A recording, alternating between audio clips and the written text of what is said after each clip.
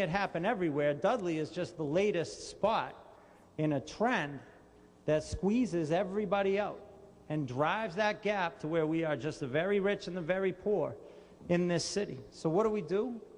Well, for starters, we've got to pass the Community Preservation Act, because that's how we're going to access more funding to get housing done. And it's easy to talk about bold visions here, but we got to find the funding. I'll lead a full charge to get the Community Preservation Act passed so we can access those funds to get real housing policy accomplished here.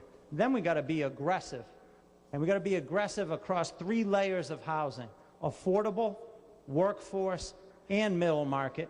And we got to make sure we're developing all of it in every neighborhood, because what one neighborhood needs for housing is not what another neighborhood necessarily needs. But we need to make sure every neighborhood has pathways to home ownership for everyone, wherever you are on that socioeconomic ladder.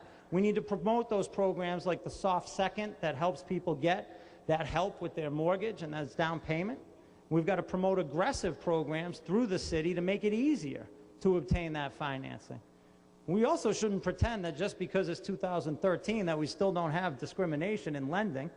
We do, and we need to make sure that that's not happening and promote aggressively all efforts to make it easier for people to access that capital to buy that home. But let's talk about one last piece of this. You're not going to be able to buy a home if you can't get a good job. And that's why we need to be focused on a real job creation strategy.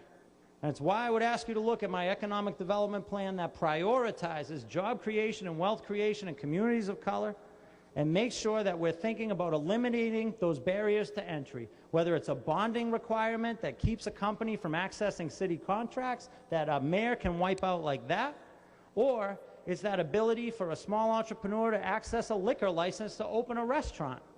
We got to eliminate these barriers of entry so that we can create wealth for entrepreneurs who will create jobs for our neighborhoods and communities across this city, and that will lead to the opportunity to buy those houses as long as we're aggressively building them. Yeah.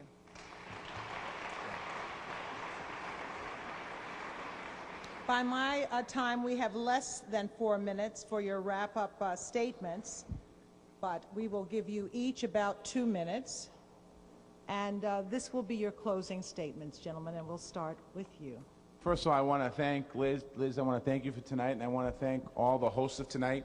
This is our 3rd debate, and actually it's the first debate that we actually got to talk about the issues only tonight, so I want to thank you for that. You know, as mayor of the city of Boston, I don't have all the answers going into this, but I certainly am a good listener, and I plan on working with all the communities and all of the neighborhoods in Boston.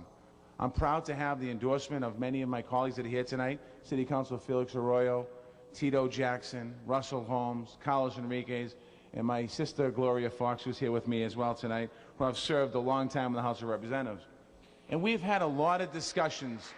We've had a lot of discussions about the inequities in the communities of color. And in the communities of color, when you compare them to the other parts of this city, we have shortfalls that we didn't talk about tonight. We have shortfalls in substance abuse programs, programs that help turn my life around. We have health disparities that we have to deal with. We study everything in this city to death, and we have to actually stop studying and start working on issues.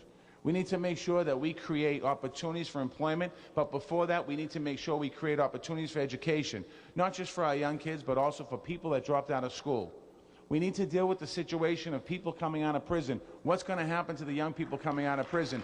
We have to make sure that when they come out of prison, that they don't end up back in there for a crime that's worse. We have to deal with the violence in our streets. We have shootings. We have shootings and we turn the page. We have to talk about the trauma. We have to deal with the trauma of the young people that witness crime every day. We need to make sure that we deal with that issue and have intervention. We need to set programs up. But we also need to hold people's feet to the fire. We need to make sure that city government reflects the community. Right now in the city of Boston, we have 64 positions of leadership in the city of Boston and 4 people of color. That needs to change, and under a Walsh administration, that will change.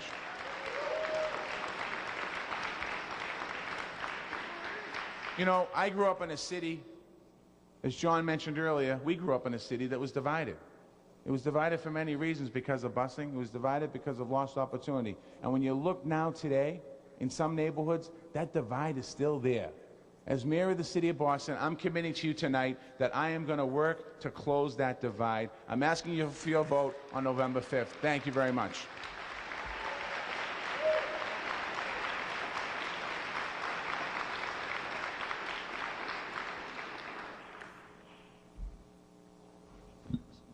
So as I mentioned when we began, I grew up in a divided Boston. And I got the best of this city. But I was always mindful that so many of my generation did not. And I've tried to work ever since to create the opportunities that I had for everyone. I want to make sure that Boston leads the way in closing the equity gap, bridging the opportunity divide. I want to talk briefly about the issue we didn't talk about tonight, violence on our streets. Because I think that is ultimately our greatest challenge. When our young people are killing each other, then our city has lost its moral compass, and we need to make sure that we end violence. I don't have all the answers on this. I don't have all the answers on this, but I always think of a mom from Mothers for Justice and Equality who I worked with, who said to me that she loved living in Dorchester, her home neighborhood, but that she worried every night when her son went out that he wouldn't come home alive. And I always think that there are thousands of mothers in this city who go to bed with that fear every night.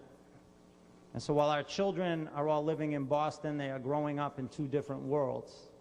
And I don't have all the answers on this. I know we need a comprehensive plan to go street by street, focused on creating safe and healthy neighborhoods for everyone. But I do think there's a way to find the answers. And it's by listening.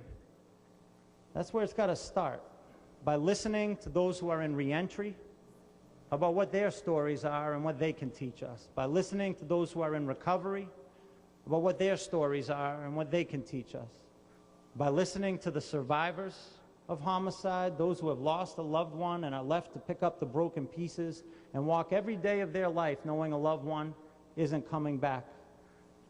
And by listening to gang members. I had the opportunity to do that last week.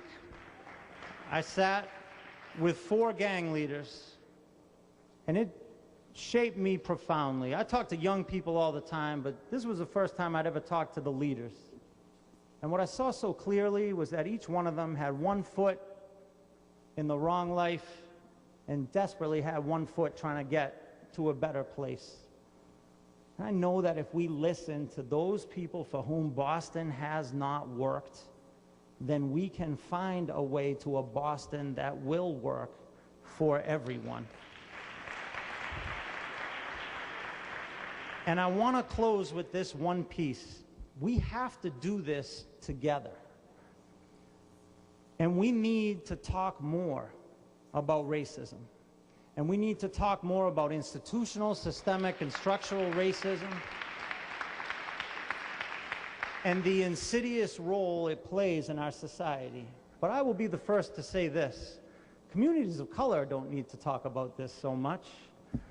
You live it every day. White Bostonians need to talk about this more.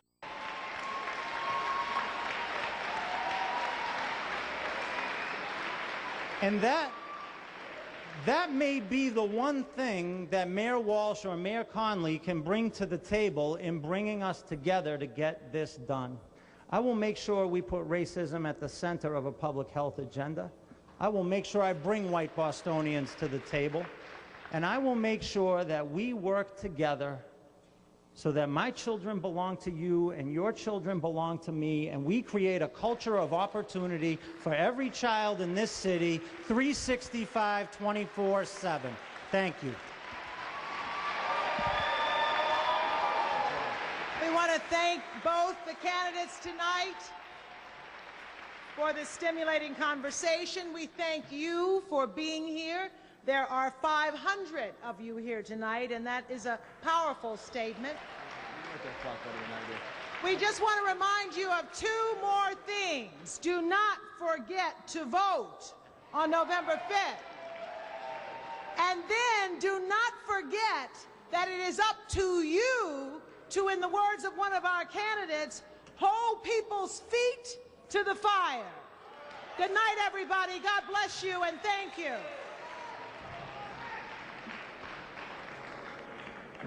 Thank you. Thank you very much. Thank you. Good job. Thank you both.